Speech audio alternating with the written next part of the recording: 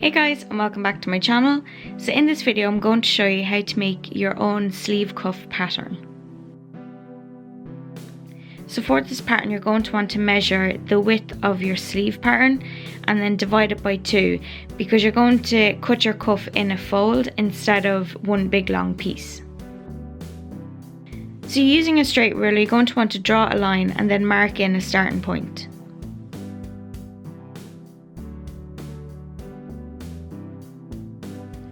So from the starting point, you're going to measure across the line the measurement that you got from your sleeve.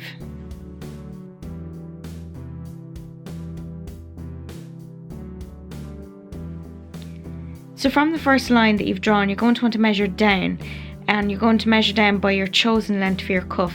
5 centimeters is a decent size. So you'll also want to measure the same distance upwards, and this is going to create kind of a box double the size of your width. So when you're drawing in your lines, make sure you're using a straight ruler just so that you're getting a precise shape. So from the bottom line you're going to want to measure down, and this is going to create your facing. So 3 centimeters is a good start for any facing. And again, you're going to want to draw your lines with a straight ruler. So now you're going to want to go ahead and mark in all your information. So that first line that you drew is actually going to be your fold line for your cuff. And so that is your finished cuff pattern. That red arrow marked on my pattern is your straight of grain.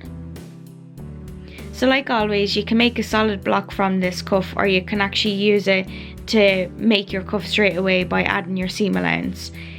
So I really hope you enjoyed this video, and if you did, please hit that like button as it really helps my channel, and subscribe if you want to see more videos like this. Thank you so much for watching, and I will see you in my next video. Bye guys!